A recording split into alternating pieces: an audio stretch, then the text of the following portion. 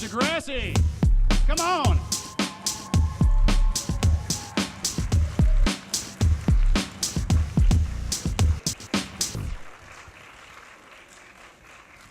Hello.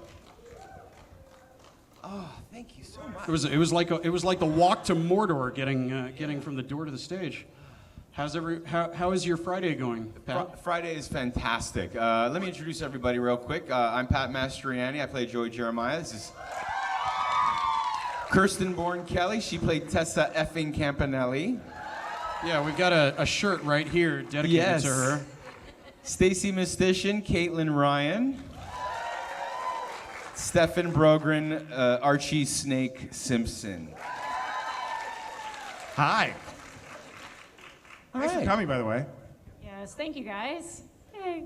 We're a very intimate group, and we love that. We do appreciate you coming all this way. We've already met some fantastic fans that have come all the way from the States and traveled a great distance to be with us this weekend and say hello. So we do appreciate everybody who's come from far and wide. And yeah, we're really excited to be here. Well, there are a lot of people here who grew up on Degrassi, love Degrassi. What were you into when you were a kid? What were you a fan of? What would you come to a show like this and line up to get somebody's autograph for?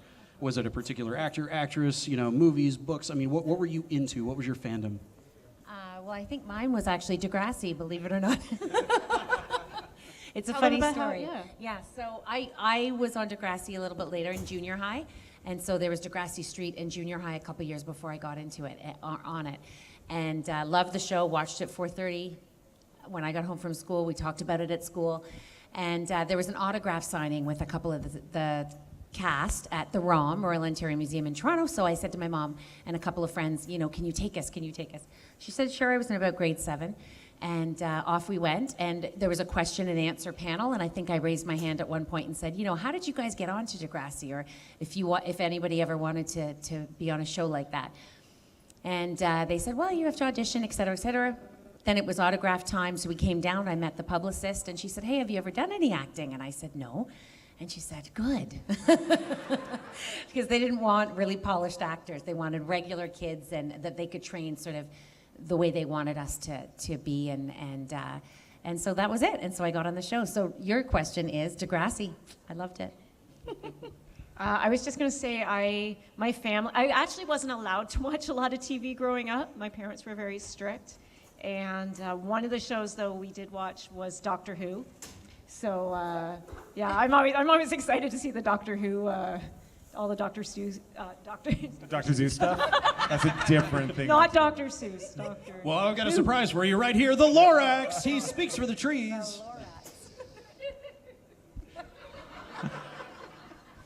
And I know who the Lorax is, yeah. Well, as far as TV shows are concerned, I was a big Star Wars kid when I was a Star Wars kid. But I think the show, because it was such a different time as far as TV was concerned, I think I was a really big fan of Different Strokes. Oh, yeah. Family Ties. I think I wanted to be Gary Coleman, which was really weird. But Who's the boss? Well, Who's the Boss? I was actually getting too old for Who's the Boss. I think that was I was sort of more in the 8 is Enough, Different Strokes, Dukes of Hazzard era. Happy Days for sure. Henry Winkler's here.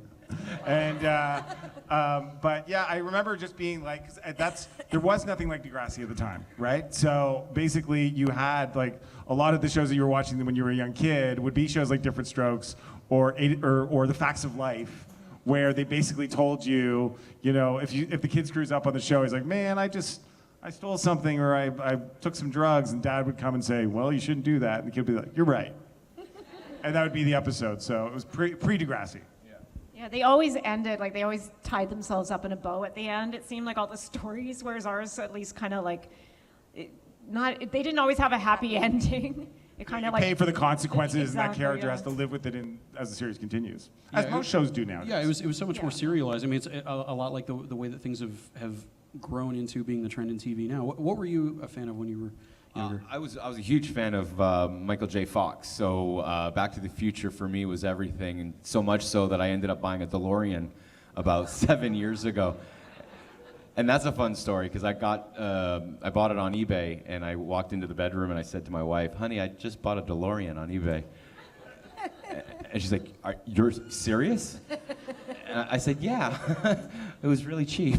It was a great deal. It was a That's good why it's deal. okay. Yeah.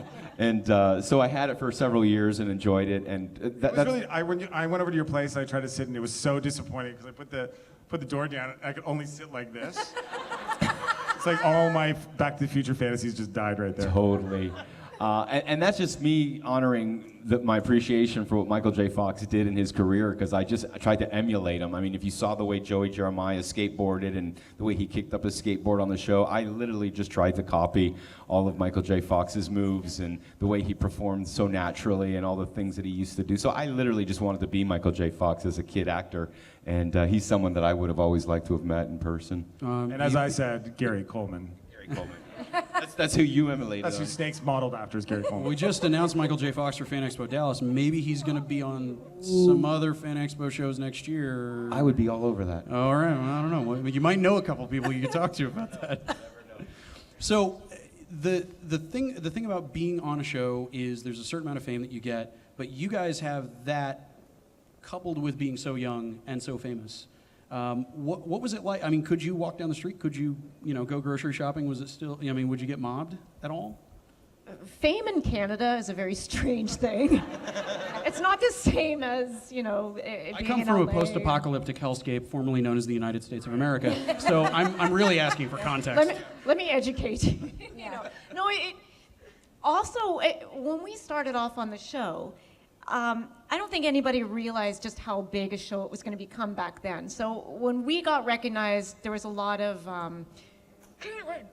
or Degrassi, for people just like yelling and seeing if we'll turn around. It wasn't like now when people recognize us and they're really nice There were about no it. Comic-Cons or anything like that back then, No. So it was definitely a different world. I think it wasn't until the show Until the show started running for a few seasons, it really started taking off. And then we went to a few publicity tours, and we got a real dose of just how popular the show was. That was really eye-opening. I remember we did some publicity events, and it was like packed. Yeah, I think usually because we're from Toronto, we shot the show in Toronto, everyone sort of knew someone who knew someone that was involved with the show. And so you live in this sort of insular world where you're like, well, no one really gives a crap, But then we would go to Winnipeg, and it would be we'd have so many people show up, and it was like, oh my God, people actually have seen our show. That's so exciting. Yeah. Let alone that I think after the show was over, reruns after school at 5 p.m. made the show a different animal completely, and then it actually got huge. How many of you guys watched it in the 80s when it first ran, and how many of you watched it in reruns in the 90s? See, it was a trip because in the 80s, You're all nobody... admitting your That's age cool. right now. Nobody would admit to watching Degrassi in the 80s because it was like this after-school CBC show with the grainy footage and, something you'd be forced to watch in school. But in the 90s, when it got rediscovered by a younger generation, it was kind of hip and cool to know who the Zit Remedy was, or that crazy song we Really used Pat, to sing. hip, cool. It was very hip and cool, man. And so I really believe that the show's popularity got rejuvenized and in the 90s when CBC aired it every day after school. Got a question right here at the microphone. Spike. So we're gonna. Doesn't we're she gonna- look like Spike, ladies and gentlemen? Beautiful. Totally, And if you have I love the questions, t-shirt. get up. There are two microphones on either side. Go for it. Have you guys ever used your own show as a parenting tool? Parenting tool. Not yet. Kirsten? No, not yet. I mean, my children are still pretty young. I have a 3-year-old and a 5-year-old, so I'm not quite ready to go there with them yet. But I'm hoping eventually. It's going to be a strange, weird thing. But Would you show them Kids of Degrassi, the earliest? yeah, I actually did try showing them a few episodes of the Kids of Degrassi Street, but my DVD set is so old that it was all scratched up and it wasn't working. And they weren't really interested. They didn't care. It's like, oh, that's mommy? Oh, okay, I want to play. I'll try again later. Oh, mom's trying to make me watch her TV show again. But wait, wasn't Oh, one of your kids freaked out about you kissing on screen? Like, Mine was. That was yours. Okay. We did like a reunion in Toronto one summer, and a bunch of us got together, and we brought our kids, and it was really fun at a park downtown. And the director came, and with him, he brought a whole bunch of paraphernalia, like our old calendars we used to make on set, and our yearbooks and that sort of thing. And my son at the time, I guess he was 9 or 10, And he's quite protective of me. And he was with all the other kids of all of us. We're sitting around, they were all looking at pictures, and he came up to me and he said, Mom, you think you're kissing in a lot of these. You're with somebody else. It's not Daddy.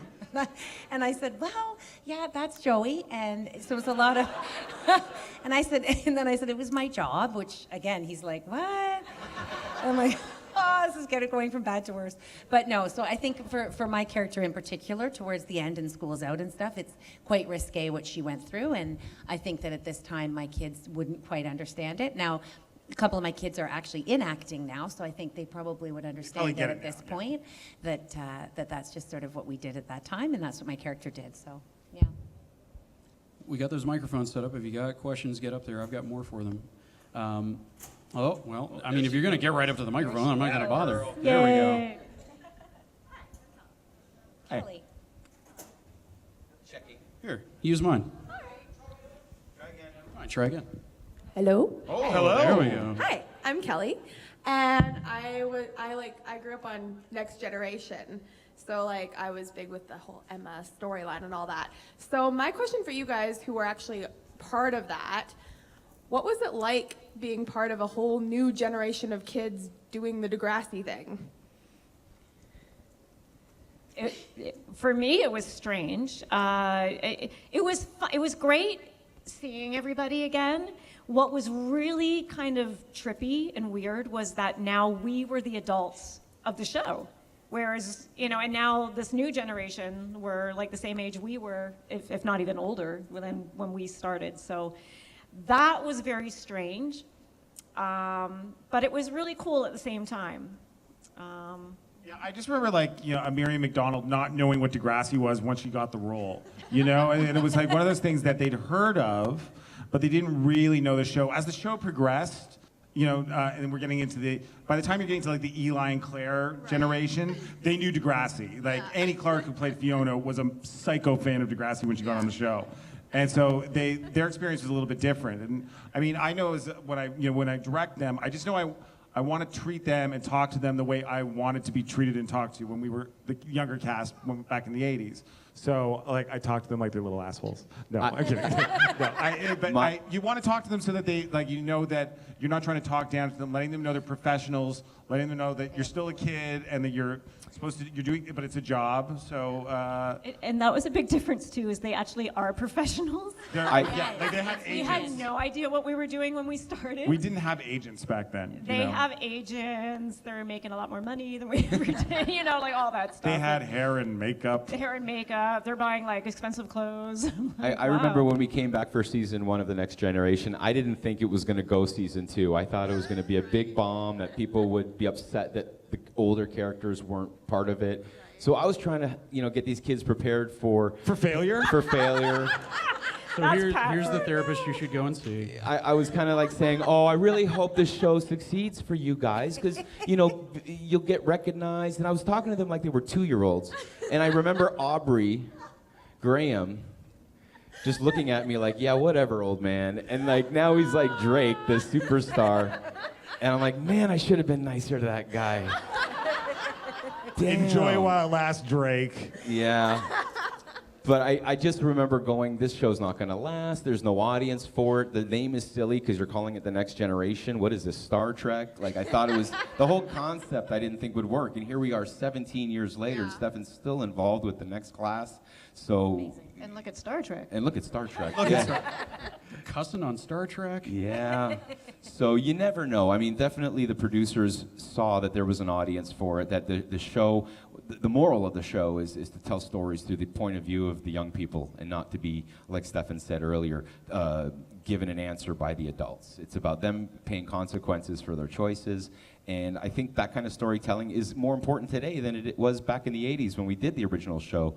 Because I was just saying to someone, I couldn't imagine what it would be like to be a teenager today. The world that you guys live in is just insane, and the social media. You don't live in that world? No way, dude. I'm an introvert. That's in his own universe. Yeah. He just stays at home tuning up his DeLorean. I really do. Right here. Hello. I'm a big fan. Anyways, I just had a question for you guys, each individually. I'd like to know what your favorite episode was and why it was your favorite episode, if you could each answer. I'll be brief. I loved School's Out because I got to kiss both of these ladies. Not a bad job to have. And they cut out the scene where I kissed Snake. So... I liked when Scooter and I found the fire in Degrassi Junior High because there was a whole bunch of pyro, which was different to be on set, and the door actually did catch on fire, which was kind of an interesting twist to the story. But it was fun just to do that. It was different. It was really cool. This may sound weird, but I actually enjoyed the one where I got to, they choreographed my little fight with Claude, where I like accidentally like hit him and give him a bloody nose. And that was fun for me just because it was like a bit of action that, you know, Caitlin never gets to do any of that stuff. So, and I got to lash out at him, which was cool because it was just something different. Yeah. I don't know. Then he killed himself. Yeah. You. I was gonna say also, it's like that's besides School's Out, I feel like that's my favorite episode is when I find his body. You know, like it sounds so sick, but Claude killing himself was a lot of fun. So it's like, no, honestly, those were like really, you gotta look at it this way Those are the also. big Whatever the parts. darker episodes are kind of the ones you want to act in.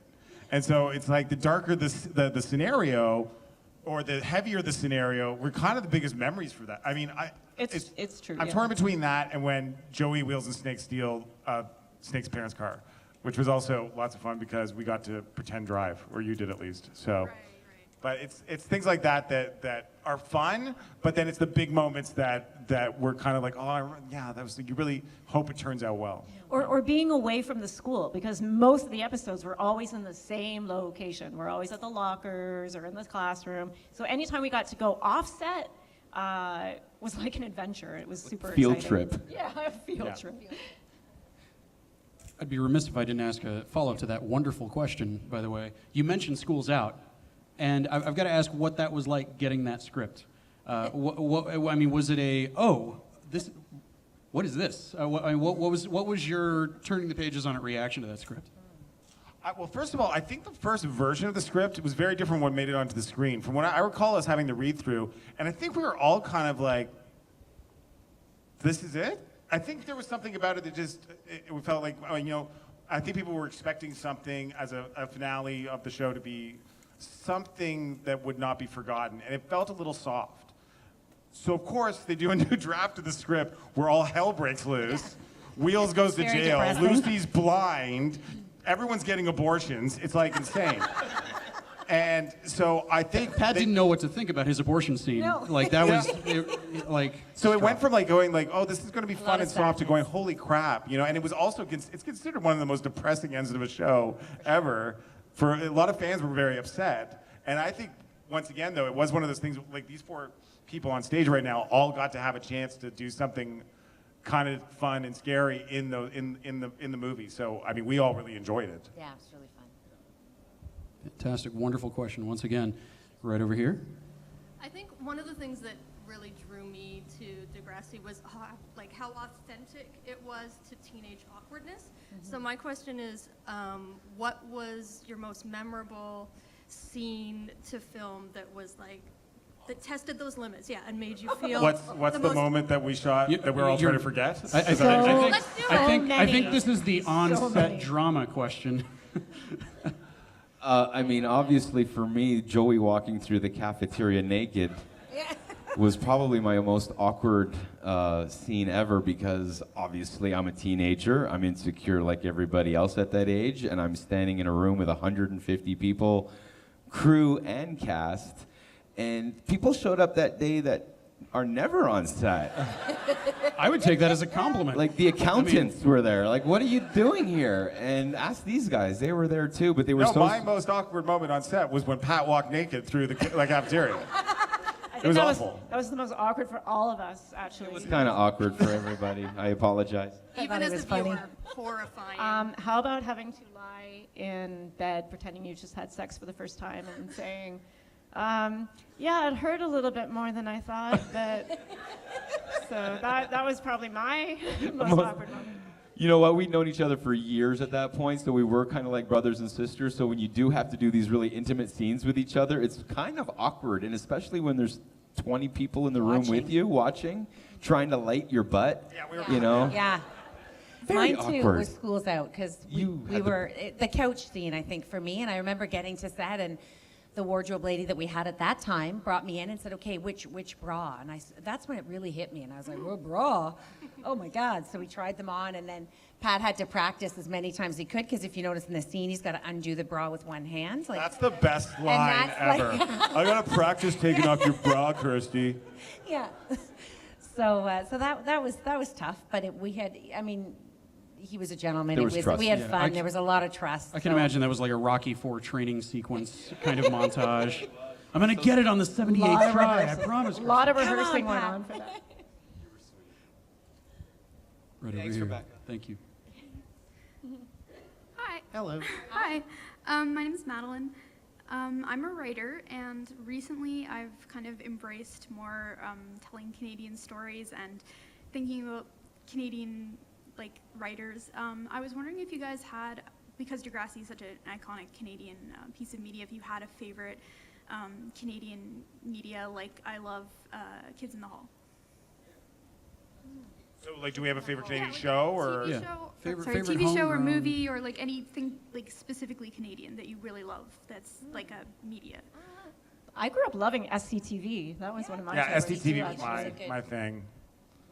And believe it or not, Kevin Smith came to Vancouver for his schooling, and then he was a huge fan of the Degrassi series, how he kind of watched the shows and studied them to see how our storytelling could relate to his style of storytelling. Now, remember, Kevin Smith does a lot of fart jokes, and but he always appreciated the honesty that our characters portrayed on film, and I think he tried to recreate that same honesty that his storytelling shares. But I'm obviously a big fan of The Littlest Hobo, so...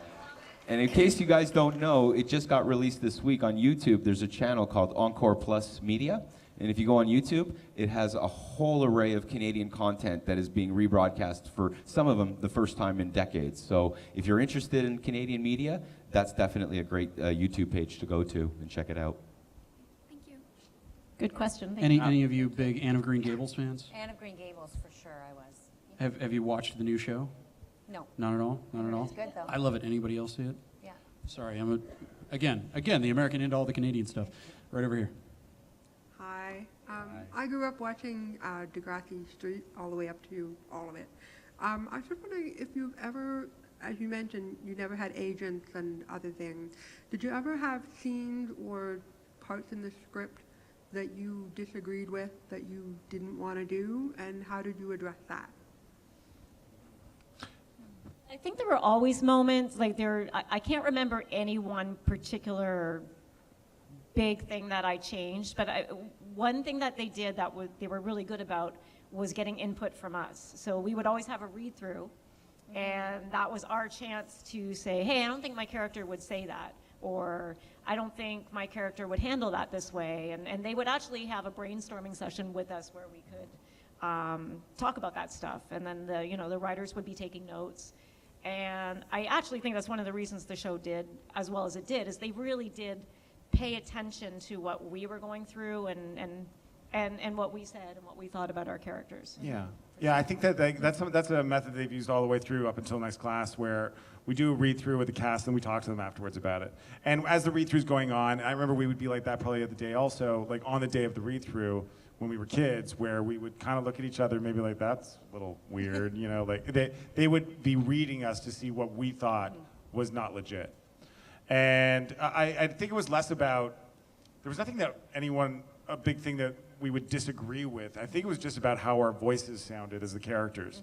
Definitely I think Pat had some issues with, the nude scene for sure. I think that was the one thing for sure. But I think mostly when it came to the material, I think we just wanted it to sound like us. And I think that's where disagreements would come along with just sort of line reads and so forth. But, there's not a lot of the issues that we were concerned about. Sorry, I think what I mean is, has there ever been a storyline that you said, I'm not doing this because I personally morally can't do it, or I just... Did you ever give just a full-on ultimatum about something? No, I don't remember ever hearing about that from other cast members, but I do know that there were times when they would go up to actors and say, listen, there's a very delicate story that we want to tell. Are you comfortable as a character to play that role? Now, Stefan has said this in previous Q&As where for actors, they want the challenging roles. They want to step outside their comfort zone and portray a character that is far removed from their own personal opinions. When we did workshops every year at the beginning of the season, that they would try to teach us and test us was not to confuse our personal beliefs and our personal opinions with our characters. So I remember one time at a workshop session, they had me read a monologue that they had us memorized. And it was me talking to a woman about how abortion was wrong and how you are a killer if you abort a child, and that is just not the right thing to do if you're a Christian. And then I said it once to her, and I was very aggressive and very challenging with her. And they pulled me aside and said, now, Pat, we just want to let you know that this young lady had just had an abortion because of a reason or something. And I came back and I played it completely different because I had this back knowledge of who this person in real life was dealing with. And I did the exact same lines, but it was a much different tone. It was a much more sympathetic tone. And that was something that they were trying to teach us, that, hey, you can't let your personal thoughts and beliefs hinder your performance. And that's how they tested us out. But they always had the respect to say to us, are you comfortable with this? So that's, people always had a choice. It was never... They did have warning. They warned us every once in a while ago, like, if a specific character, whether it be like the twins who were dealing with that, the sort of the big abortion episode in Junior High or in High. Is that Junior High or High? High. But that, just to also be aware that when the show was going to come out, there might be some backlash. And I think they were more concerned about that. It wasn't so much that they would probably be sensitive with that certain specific actor saying, like, you're going to be dealing with some issues on screen. Are you cool with that? I think we always said yes because you wanted those stories. But they also said, by the way, you should be prepared for some backlash. I remember that with the twins, they really tried to focus on them understanding that this is going to be a big deal. Turns out that was not the episode that was the big deal in Canada. It was not the abortion episode. The biggest deal that was when BLT was dating Michelle. Was the interracial relationship where we got a lot of hate mail. And that was surprising. That was messed up. And it was like, so you don't know what one is sensitive to one person and not to another. But we became aware after that also just to be ready for anything about how the show can affect some people, how people can get angry at the show. A lot of people get angry at Degrassi because they feel like we go too far. We might be telling one side of the story, but all we know is that for that one side that feels like they don't want to hear that, there's a million other people that need to hear that story. So, Thank you. Thank you. Thank you. Spike's back. Yes, my question was a two-parter, but I had a brain fart and I forgot the second part. I'm sorry. You left us in suspense. I'm so Canadian, We're ready I for the thrilling apologize. conclusion. For the late 80s series, was there any taboo topic that you guys wanted to cover but didn't? I think they covered a lot. I mean, you guys really did run the gamut. I think the writers were really good at staying on top of what was going on in society, sort of the cusp of different issues. So It almost seems so much simpler, too. Yeah, I mean, the shows were pretty hardcore back in the 80s as far as, having a 13-year-old who gets pregnant and decides to keep the baby without telling her parents is kind of a deal, especially when the character is being played by a 13-year-old. Yeah. Well, I think what we have a chance to do on Degrassi is that as we progress through the years, and now we're in next class, we get to go back and tell a drug story or a pregnancy story with a little bit more of the edge of what's going on in the world in that moment, in that day. So, like, if you take Junior High and Snake finds out his brother's gay, we didn't even have a gay character in the school. I mean, Caitlin thinks maybe she has feelings for Miss Avery, but ends up being that she's not. She's straight. And then, you get to Next Generation, and Marco is discovering that he's gay, and we watch that story happen, progress as he comes out of the closet.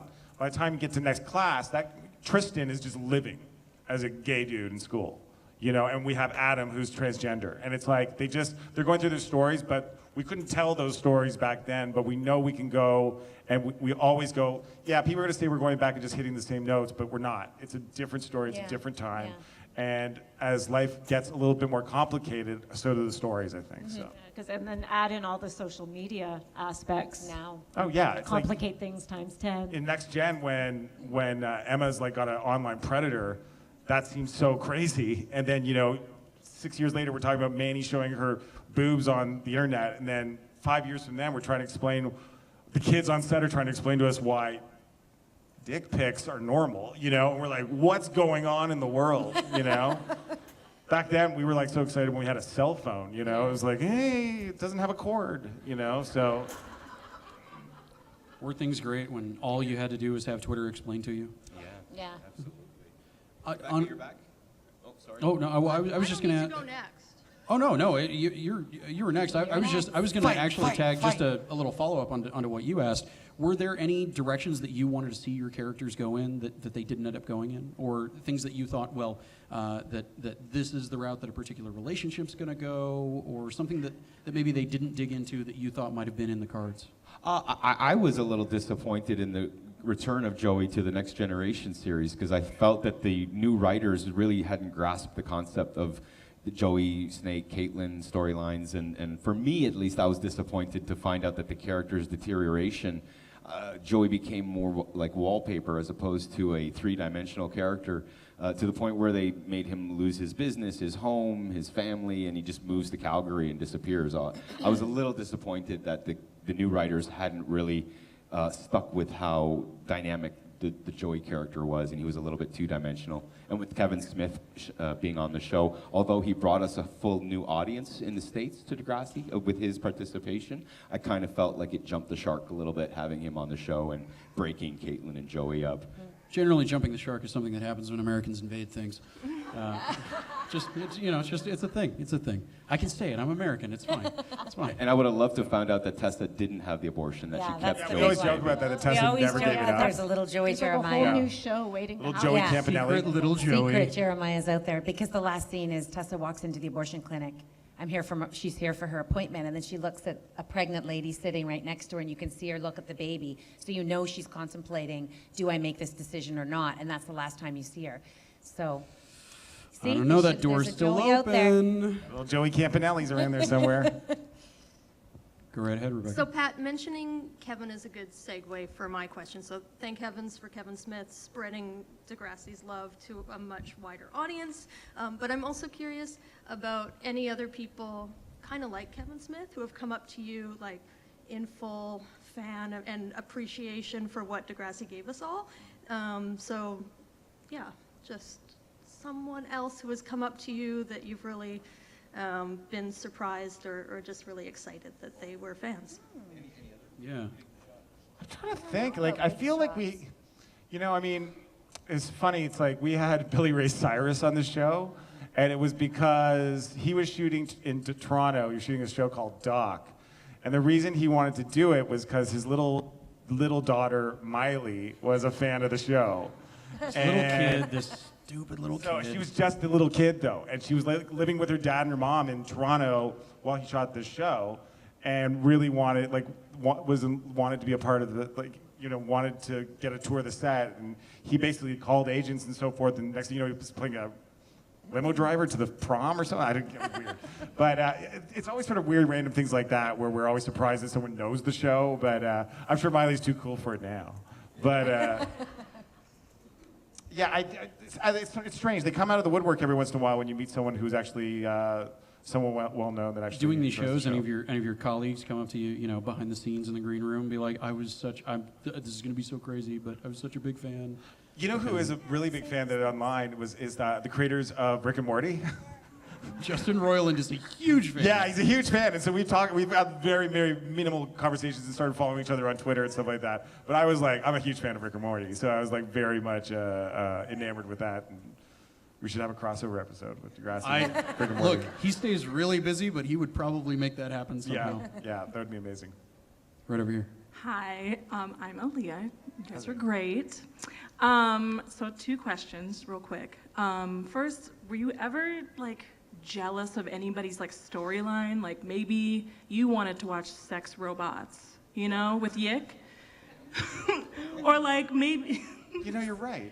You see what I'm I want saying? to watch the sex robots. You know, like, were you ever like jealous of one person's storyline versus like, oh, maybe my parents should die in a car wreck, and I want to see how that, you know, like me. I want to live that kind of pain. You know, like it was there. So that was that for all you guys. And the second one is, why wasn't there ever an Everybody Wants Something Too?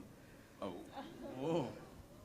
Well, Sorry. I would question say I first. was jealous of Pat, but I would say that Pat got great storylines. Okay. And so when I did get a good storyline, I was always very happy. I think that these two especially, they got some really meaty stuff. And then, you know, along the lines, I've had some fun stuff, but I was definitely the character that was like, Joey would say, hey, let's steal your parents' car. I would say no, and they'd say, come on. I'd say, okay. You know, and so, yeah. And so, but it was always one of those things I felt like I always had those moments where I got to shine, but you know, it's like you do wait in the we would have the read-throughs and the scripts would be on their backs, and you'd be trying to be reading through the back page to see who has the last line. It's like, oh, freaking Pat again. Definitely would do that. I was jealous of other characters. I remember, especially at the beginning, because my character started off being especially like she was like an aspiring rebel, and I really wanted to be the more rebellious character, like want to be Stephanie K, or there's another character named Annie that we actually was like we were auditioning for, but I don't think she actually ever really materialized on the show.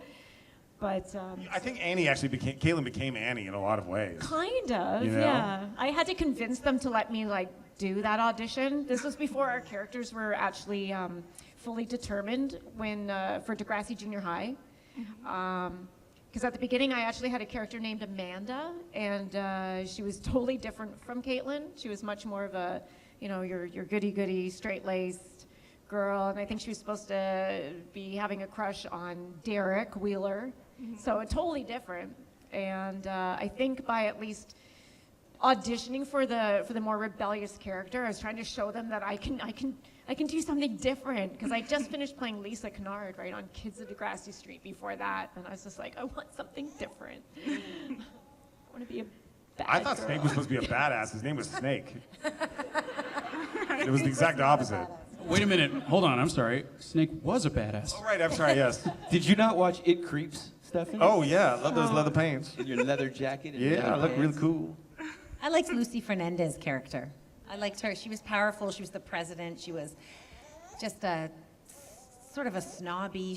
It was a fun character to play. But I brought it up This is a before, free Kirsty. spirit. The fact that sorry, I'm not interrupting. I'm just going that your character had the We always most. say he interrupts me.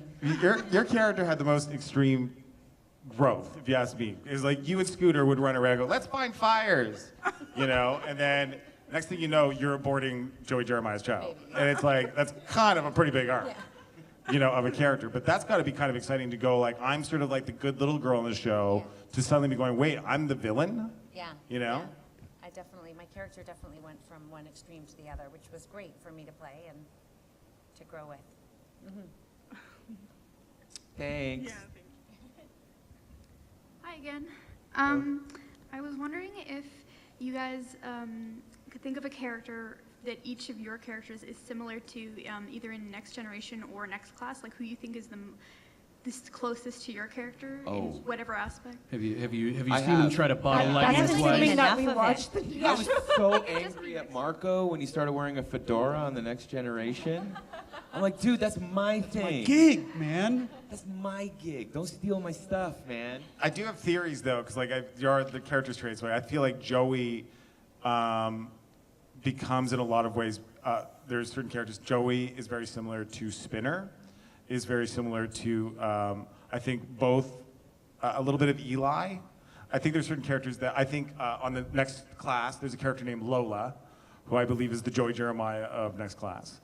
There are traits that come and go as far as like the badass character. If those are the characters in my mind that are the Joey Jeremiahs of the other You generations. would know best. I think maybe Stacie Farber's character, was that her character name or her?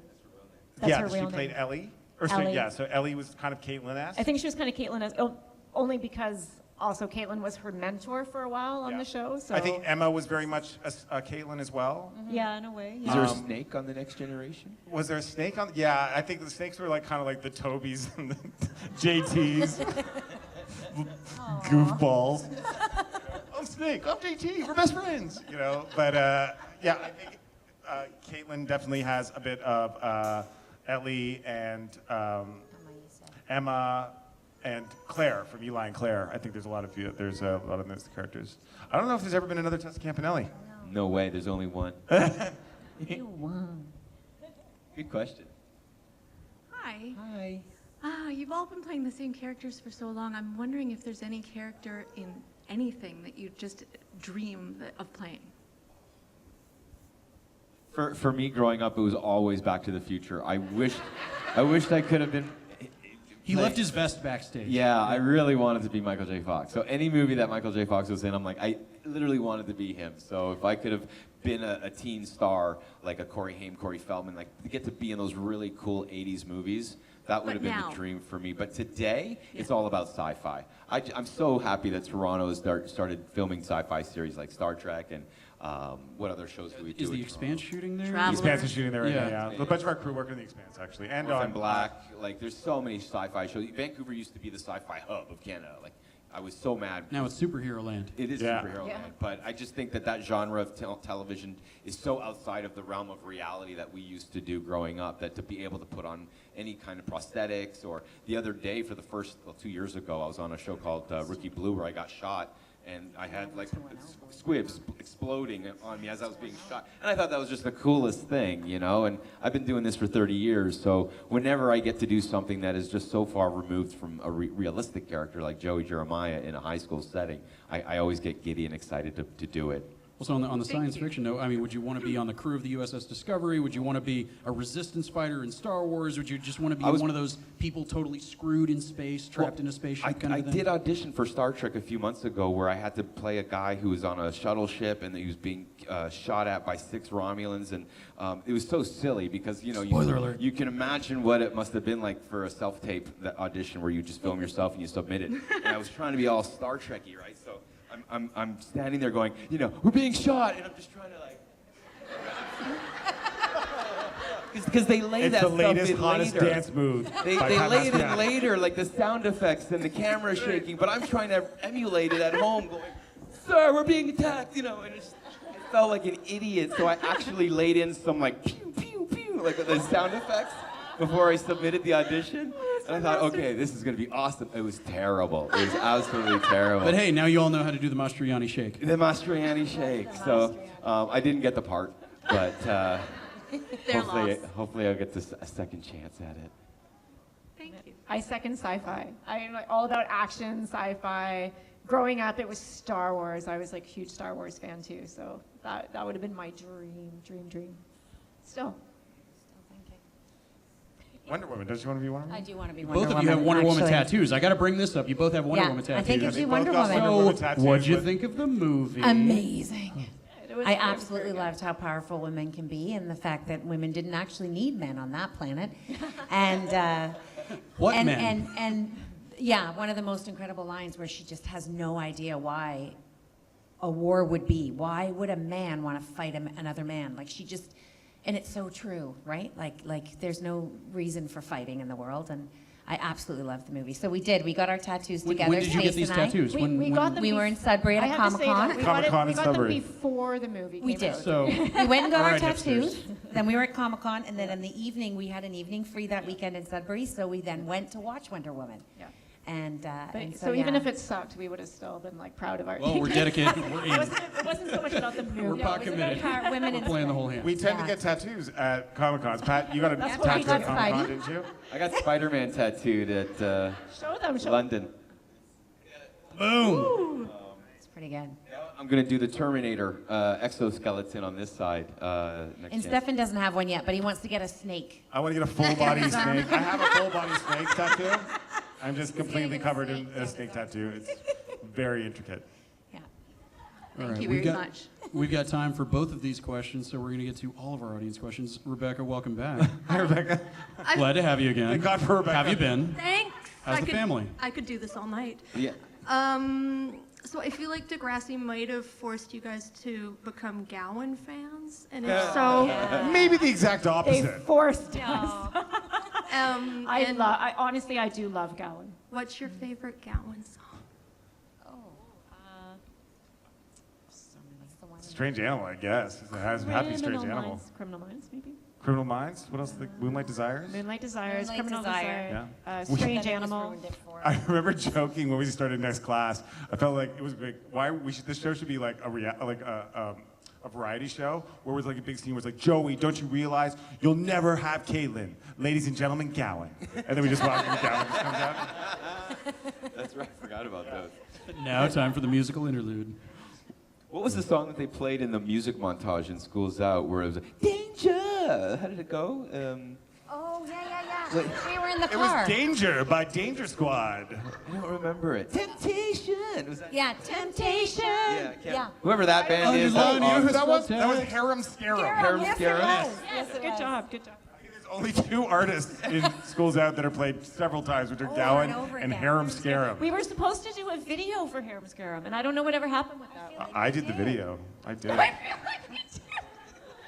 Kirsten was the only one that did that You. video. It's in a vault somewhere. Yep. My friend's back. Welcome back. Hi again.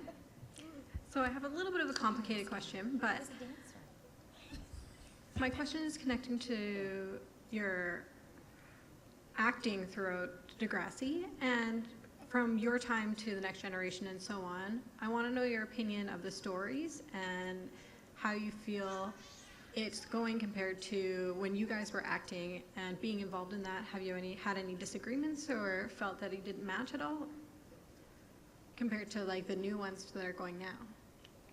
Perfect person to ask is this guy. Wait, you mean as far as the continuity of story or continuity? What's I'm not sure of the question exactly. So, like, for example, in Next Generation, there's a lot of different things that are going on, right? So there's, like, the evolution of the characters and how they change. I don't know, I mean, like... Sorry, just clarifying.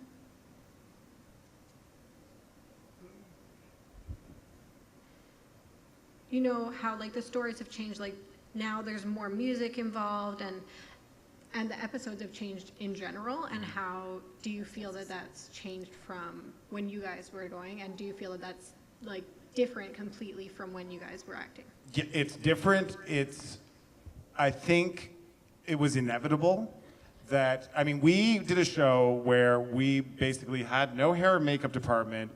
Our clothes were in little milk crates when we showed up that morning, basically from Value Village. Yeah. And carried if not our own our own sandbags clothes. to set. Yeah, where, Shared a you powder know, puff. a lot of our cast now are trained. Yeah.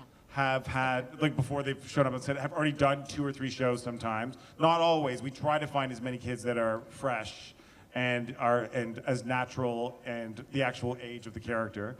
I think to be competitive in this world, because there is so much content now, there's so much television out there that's so amazing, that we have to play on a level that is professional. So our kids dress a lot better than we did.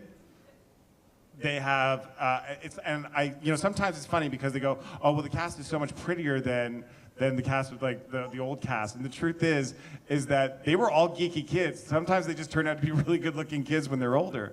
I think the stories have had a chance to be, we've been able to advance, and we've been able to understand things like the use of music and how much we want to make the show more exciting and a little bit deeper.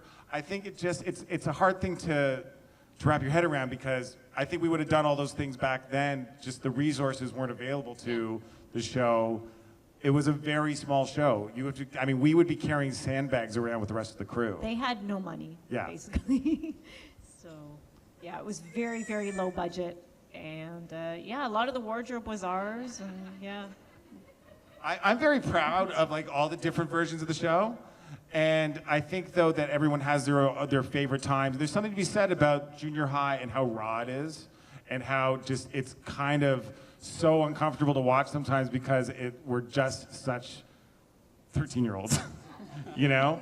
And sometimes you see kids today in life and on the new versions of Degrassi that are way mature beyond their years. And I think that's sort of like the Stephanie Kays of the time, you know? Like those characters exist today, but I don't know if I'm doing justice to your question, actually, but it's one of those things that Degrassi's had to change to survive, I think.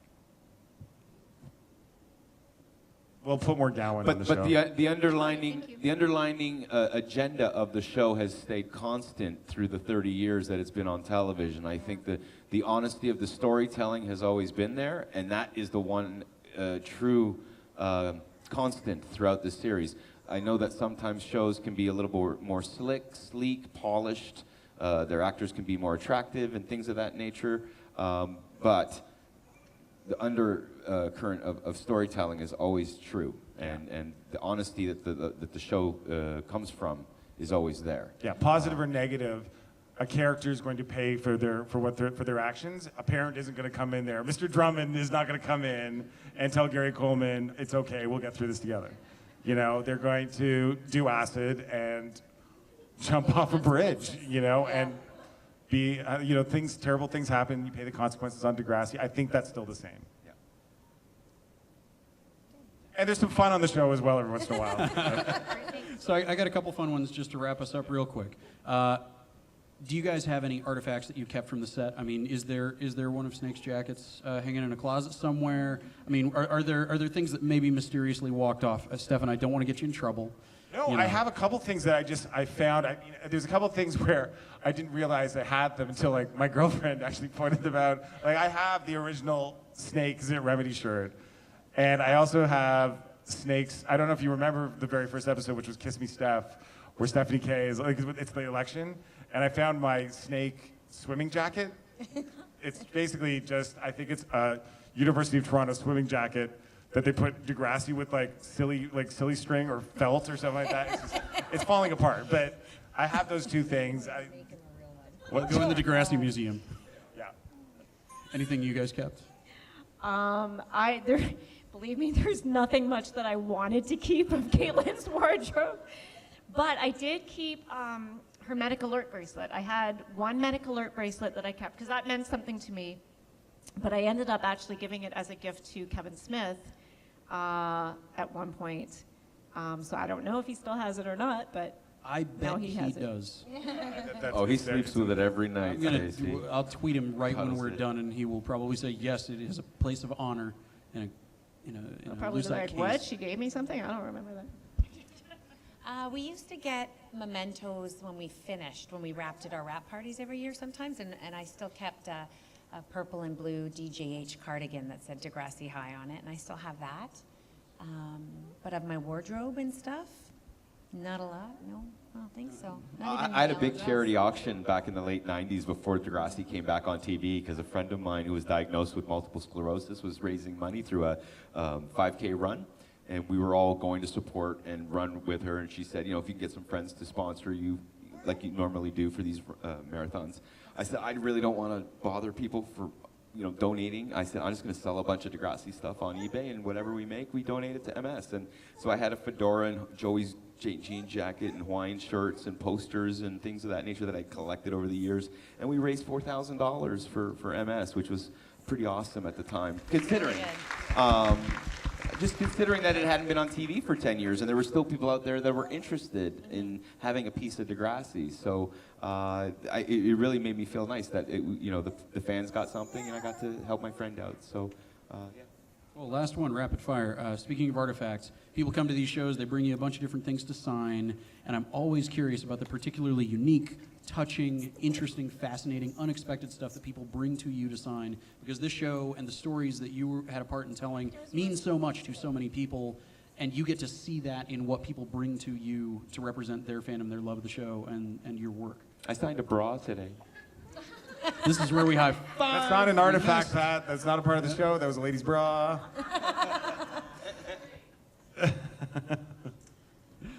Didn't a lady at a last show send you some poetry that she created on a... Yeah, I've had, somebody wrote a really nice poem. Somebody Bracelets? did, We got bracelets. Um, That she made. It was really We sweet. got some bow ties. We got some Zit Remedy Bow bow ties ties. when we were in yes, Halifax. oh my gosh. And somebody made me a necklace. It was really cool, actually. It said, it's a picture of Caitlin when she's going like, I can't say the word, but you know the word that she says to Joey in School's Out. So that's a necklace that I can wear. We get a lot of letters. People hand It us was really letters well and say, made. could you read that later, please? And I open them up, and it's always a heartfelt story about how the show touched them personally and what the show meant to them. So those are always moments that I appreciate Today we got a being beautiful part of. pamphlet book as well that we haven't had a chance to look through from I- somebody. Yeah, no, that I get a was kick nice out of too. seeing like a lot of the older stuff that we haven't seen in a long time. That's more retro, like the covers and stuff DVD they brought, covers and the books. The and books stuff. always freak me out. Like Magazines. I think those books are actually kind of hard to find sometimes. So it's like, especially the DVDs. And this is a little side note: if you ever get the box set is it from Junior High with CLEC on the front? Yeah. Like it's the Yick. cast. It's the Yick. cast, and it's like everyone's like cheering. It's supposed to be like, I guess the Zero Remedy's playing on stage, but it turns around, it's the whole cast of Degrassi cheering. But in the original version, if you can find this box set, it's kind of rare. Stacie Mistysyn, who played Yick Yu, is giving the finger like this. And they had to re-release it with his finger removed, so now he's just like this. It's a green box set cover, and it's season Pretty 3 cool. of Degrassi Junior High, if you can find It's it. out there. Yeah. Oh, there's people always come with great real t-shirts close too. at those used DVD shops. Yeah. Well, thank you guys. You're all here for the whole weekend? We're here all weekend. Here all weekend weekend. And we really appreciate all the times that you tell us like your personal stories and also just how much you love the show or the show drove you nuts or whatever, but we really do appreciate it. Well, if I can say one in front of all these people, as a young actor myself watching Degrassi, once it was available in the wild southern wastes of the United States, it meant so much to me to see young actors getting to play with real media material that meant something to the real lives that kids actually go through. And go figure. You got to go to Canada as an American to see that kind of actual, honest storytelling. And I know that a lot of us out here feel the same way. That the work means a lot, continues to mean a lot. And let's hear it for them one more time, shall we? Thank you so much. Thank you very, very much. Stacie and Stefan. And just one quick thing. We'd like to thank Fan Expo for giving us this break this year. If it wasn't for them letting us appear at Toronto Comic Con at the beginning of the year, this entire Cross Canada tour would never have happened. So a big thank you to everyone at Fan Expo for making this tour happen. For If you really particularly love seeing them, let them know, send them feedback, tell them what you liked. Let's raise the roof one more time on a Friday night. Guys. Thank you for coming.